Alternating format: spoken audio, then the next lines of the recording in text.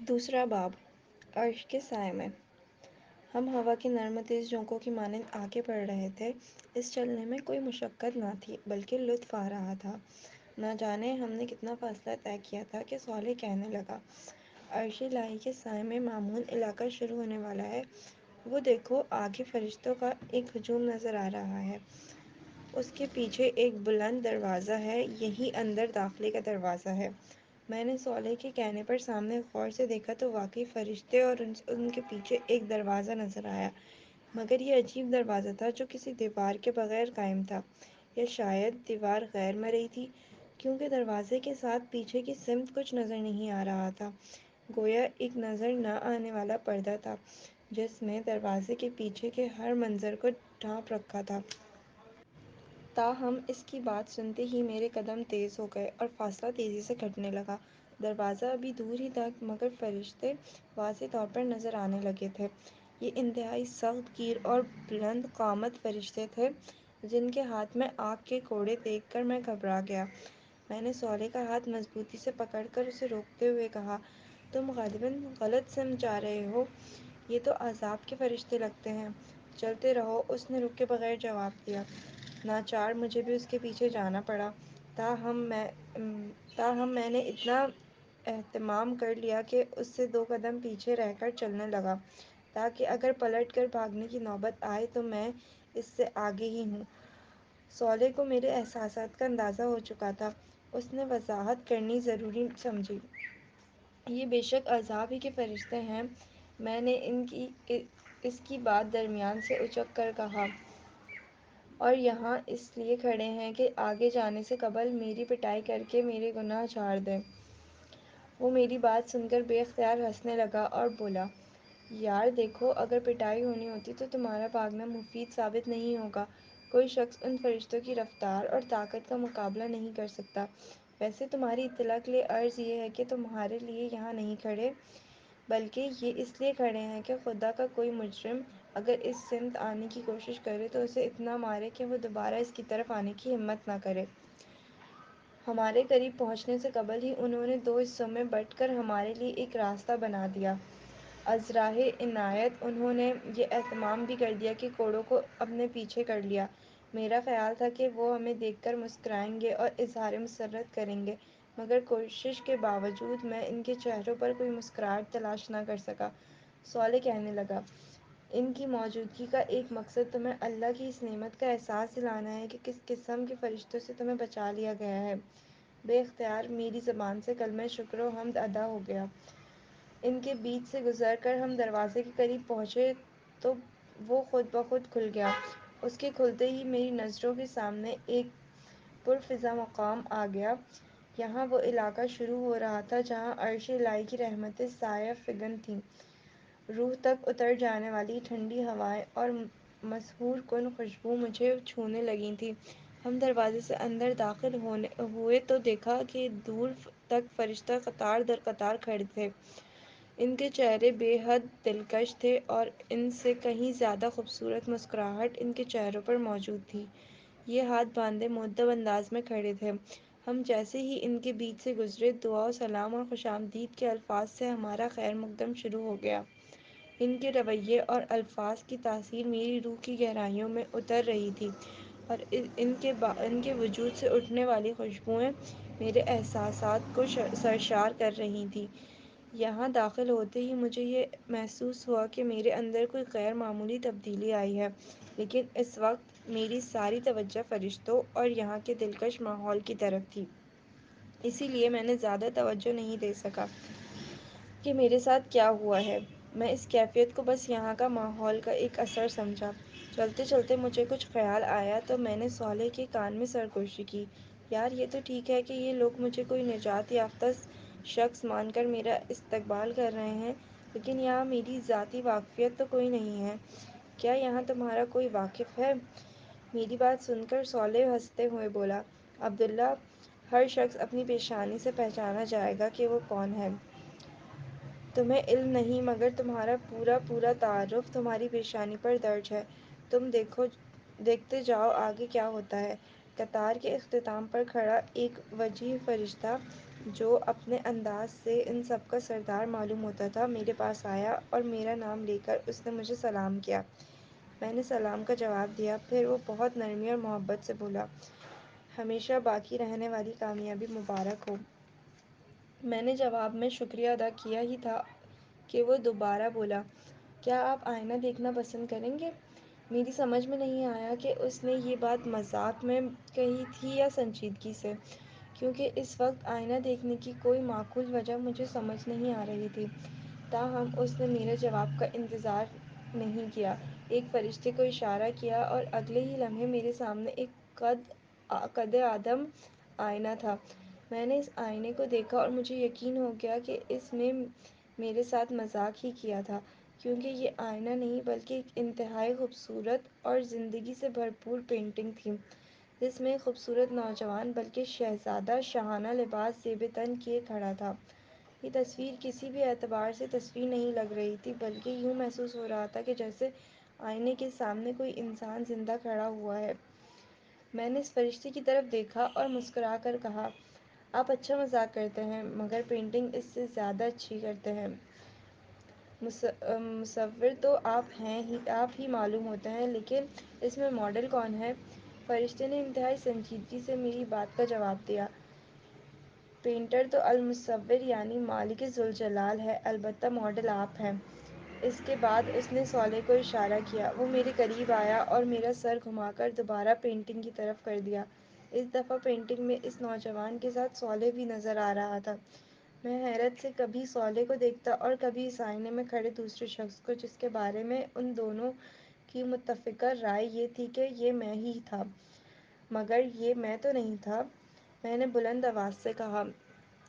جواب میں صالح نے یہ مصرع پڑھ دیا، اے جانے جہاں، یہ کوئی تم سا ہے کہ تم ہو، لیکن یہ کیسے ممکن ہے؟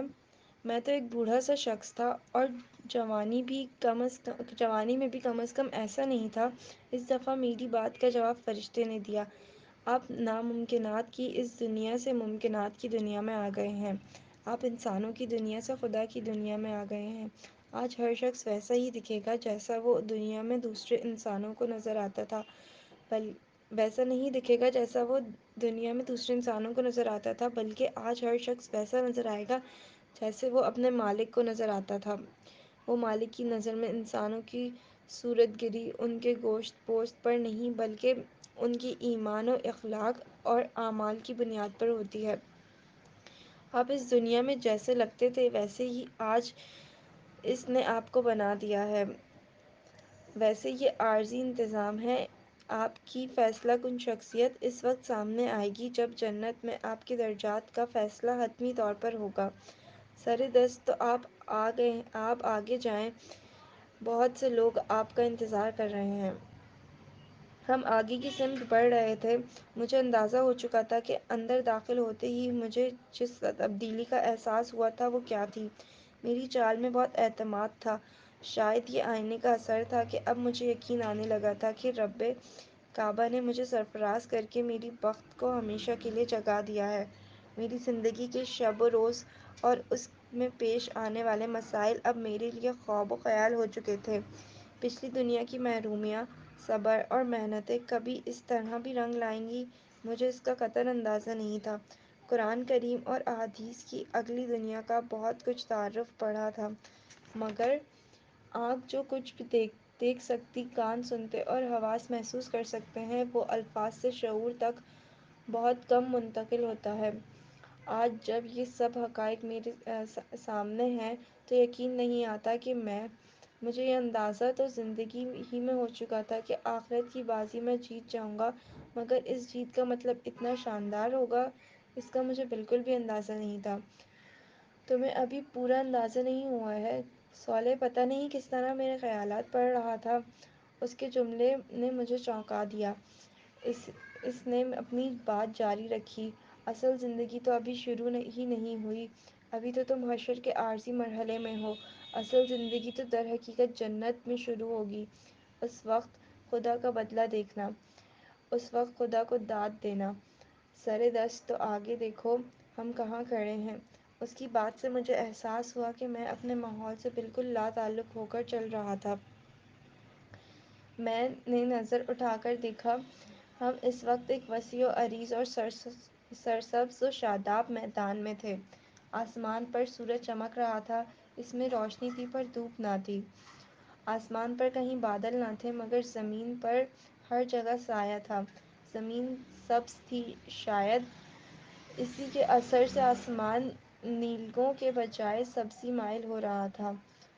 میدان کے وسط میں ایک فلک بوس پہاڑ تھا، محاورتاً نہیں حقیقتاً فلک بوس، کیونکہ اس کی چوٹی جہاں سے ہم کھڑے دیکھ رہے تھے آسمان میں پیوست لگ رہی تھی۔ فضا میں ہر طرف بھینی بھینی خوشبو مہک رہی تھی۔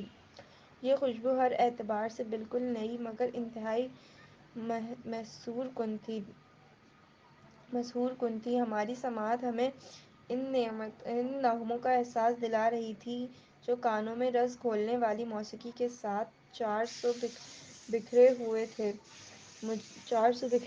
مجھے یہ لگ رہا تھا کہ یہ خوشبو اور یہ موسیقی میری ناک اور کان کے راستے سے نہیں بلکہ براہ راست میرے اعصاب تک پہنچ رہی ہے۔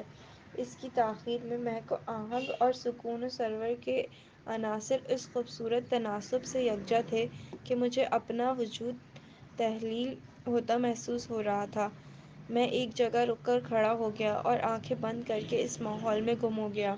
صالح نے میرا انہماک دیکھ کر کہا، اس پہاڑ کا نام اعراف ہے، آؤ اس کے گرد چکر لگاتے ہیں۔ ہم ساتھ ساتھ تمہیں یہاں کی ساری تفصیلات سے آگاہ کرتے رہوں گا۔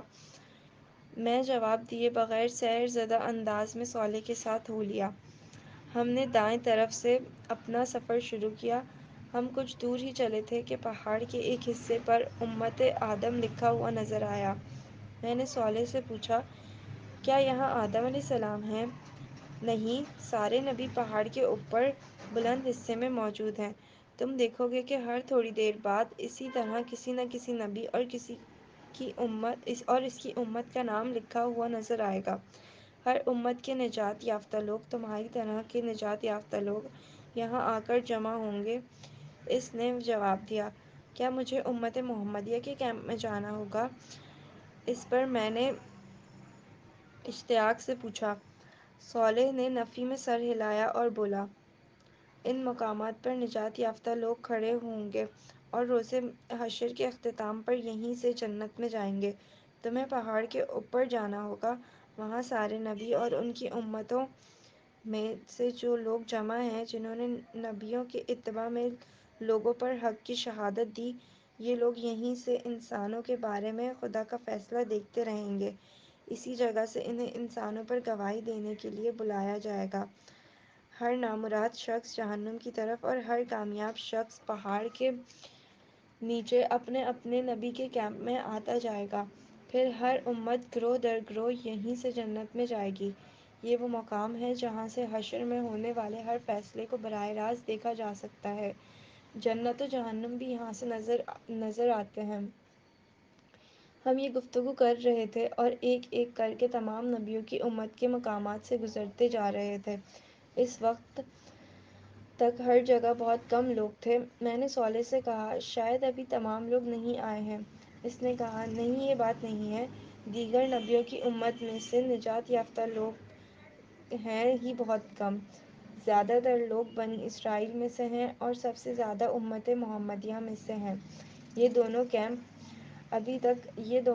ابھی تک نہیں آئے، لیکن سردست وہاں بھی زیادہ لوگ نہیں ہیں، لیکن تھوڑی دیر میں ہو جائیں گے۔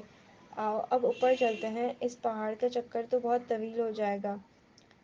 مجھے بلند مقامات پر چڑھنے کا ہمیشہ سے شوق رہا تھا، لیکن شاید یہ میری زندگی کی سب سے عجیب بلندی تھی۔ یہ بظاہر تو بہت بلند اور آسمان تک اونچی تھی، مگر یہاں سے ہم زمین کو اس طرح دیکھ رہے تھے کہ جیسے چند منزل ہی اوپر کھڑے ہوں۔ نیچے سے جو جگہ ایک چوٹی لگتی تھی وہ ایک ہموار سطح مرتفع تھی، تاہم اس ہموار زمین پر تھوڑے تھوڑے فاصلے پر بلند و بالا قلعہ نما تعمیرات بنی ہوئی تھیں، تاہم ان کے ارد گرد کوئی دیوار تھی اور نہ ان کے دروازے ہی موجود تھے، اسی لیے باہر سے بھی اندر کا نظارہ کیا جا سکتا تھا۔ یہاں ہر طرف شاہانہ انداز کے خدم و حشم تھے۔ عالیشان تخت پر تاج پہنے ہوئے انتہائی باوقار ہستیاں بیٹھی ہوئی تھیں۔ ان کے ارد گرد اسی شان کے لوگ شاہانہ نشستوں پر براجمان تھے۔ میں نے صالح سے ان بلند تعمیرات کے متعلق پوچھا تو اس نے کہا، یہ مختلف انبیاء کی عارض قیام گاہیں ہیں۔ انہی کی بنا پر اس پہاڑ کو اعراف کہا جاتا ہے۔ تم تو جانتے ہو کہ اعراف کا مطلب بلندیوں کا مجموعہ ہے۔ میں نے اس بات میں سر ہلایا۔ وہ گفتگو کا سلسلہ جاری رکھتے ہوئے بولا، تخت پر بیٹھے ہوئے حضرات انبیاء کرام ہیں تخت پر بیٹھے ہوئے حضرات انبیاء اکرام ہیں اور ان کے ارد گرد بیٹھے لوگ ان کی امت کے شہداء اور صدیقین ہیں۔ صدیقین وہ لوگ ہیں جنہوں نے نبیوں کی زندگی میں ان کا ساتھ دیا اور شہداء وہ لوگ ہیں جنہوں نے انبیاء کے بعد ان کی دعوت کو آگے پہنچایا۔ یہ سب وہ لوگ تھے جو دنیا میں خدا کے لیے جیے اور اسی کے لیے مرے۔ اسی کے صلے میں یہ لوگ آج اس عزت و سرفرازی سے ہمکنار ہوئے ہیں جس کا مشاہدہ تم اس وقت کر رہے ہو۔ کیا یہ ممکن ہے کہ انبیاء علیہ السلام سے میری ملاقات ہو سکے؟ میں نے پوچھا۔ سب سے ملاقات کا وقت تو نہیں، لیکن کچھ سے ضرور مل سکتے ہیں، اس نے جواب دیا، اور پھر ایک ایک کر کے خدا کے جلیل القدر پیغمبروں سے میری ملاقات کرانی شروع کی۔ وہ پیغمبر جو میرے لیے عظمتوں کا نشان تھے، میں ان سے مل رہا تھا۔ آدم، نوح، ہود، صالح، اسحاق، یعقوب، یوسف، شعیب، موسیٰ، ہارون، یونس، داؤد، سلیمان، زکریا، یحییٰ، عیسیٰ اور سب سے بڑھ کر ابو الانبیاء سیدنا ابراہیم علیہ السلام۔ سب نے گلے لگا کر اور میری پیشانی پر بوسہ دے کر میرا استقبال کیا اور مجھے مبارکباد دی۔ ان جلیل القدر ہستیوں سے کچھ گفتگو کے بعد ہم آگے روانہ ہو گئے، مگر مجھے دور ان گفتگو سے یہ احساس ہوا تھا کہ یہ سب لوگ ایک نوعیت کے تفکر میں مبتلا تھے۔ راستے میں صالح سے میں نے اس کی وجہ پوچھی تو وہ بولا، تمہیں نہیں معلوم اس وقت حشر کے میدان میں کیا قیامت برپا ہے؟ اس وقت ہر نبی پریشان ہے کہ انسانیت کا کیا ہوگا۔ اللہ تعالیٰ کے عذاب کی شدت اتنی زیادہ ہے کہ ان انبیاء میں سے کوئی بھی نہیں چاہتا کہ اس کی امت عذاب الہی کا سامنا کرے۔ وہ چاہتے ہیں کہ اللہ تعالیٰ لوگوں کو معاف کر دے، مگر سردست ان کا کوئی امکان نہیں۔ ایسی کوئی دعا کی جا سکتی اور نہ اس کی اجازت ہے۔ لوگ سینکڑوں برس سے خوار و خراب ہو رہے ہیں اور سردست حساب کتاب شروع ہونے کا بھی کوئی امکان نہیں ہے۔ سینکڑوں برس؟ کیا مطلب؟ ہمیں تو اندر آئے بمشکل 1-2 گھنٹے گزرے ہوں گے۔ میں نے چونک کر تعجب سے کہا، یہ تم سمجھ رہے ہو؟ آج کا دن کامیاب لوگوں کے لیے گھنٹوں کا ہے اور باہر موجود لوگوں کے لیے انتہائی سختی اور مصیبت کا ایک بے حد طویل دن ہے۔ باہر صدیاں گزر گئی ہیں، مگر تم ابھی یہ بات نہیں سمجھو گے، اس نے وضاحت کرتے ہوئے جواب دیا۔ میں اس کی بات کو ہضم نہیں کر سکا، مگر ظاہر ہے میں جس دنیا میں تھا وہاں سب کچھ ممکن تھا اور نہ جانے اور کتنی تعجب انگیز باتیں میرے سامنے آنے والی تھیں۔ صحابہ اکرام اور مہاجرین و انصار حلقہ بنائے ادب و احترام سے بیٹھے تھے۔ امت محمدیہ کے اولین و آخرین کی بھی ایک بڑی تعداد موجود تھی۔ شمع رسالت کے ان پروانوں کے بیچ رسالت مآب سر جھکائے تشریف فرما تھے۔ بظاہر ہر چیز بالکل ٹھیک تھی، مگر میں یہ محسوس کر سکتا تھا کہ یہاں بھی اسی نوعیت کا تفکر پھیلا ہوا تھا جیسے میں پیچھے دیکھ آیا تھا۔ رسول اللہ صلی اللہ علیہ وآلہ وسلم اس وقت بارگاہ احدیت میں دعا کر رہے ہیں۔ ہمیں بیٹھ کر انتظار کرنا چاہیے۔ صالح پچھلی نشستوں کی طرف بڑھتے ہوئے بولا۔ ہم پچھلی نشستوں پر براجمان ہو گئے۔ یہاں سے یہ اندازہ کرنا مشکل تھا کہ آگے کیا ہو رہا ہے۔ میں نے صالح سے دریافت کیا، یہ حساب کتاب کب شروع ہوگا؟ مجھے کیا معلوم، کسی کو بھی نہیں معلوم، اس نے جواب دیا۔ اس کی بات سن کر میں خاموش ہو گیا اور نشست کی پشت پر سر ٹکا کر آنکھیں بند کر کے بیٹھ گیا۔ نہ جانے کتنا وقت گزرا تھا کہ صالح کی آواز میرے کان میں آئی، عبداللہ اٹھو، دیکھو تم سے کون ملنے آیا ہے۔ اس کی آواز پر میں چونک کر کھڑا ہو گیا۔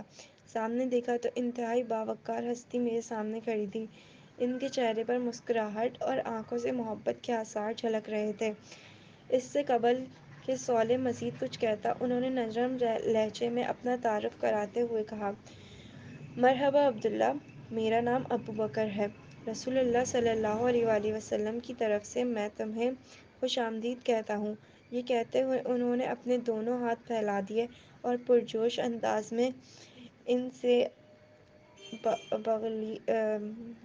بغلگیر ہو گیا۔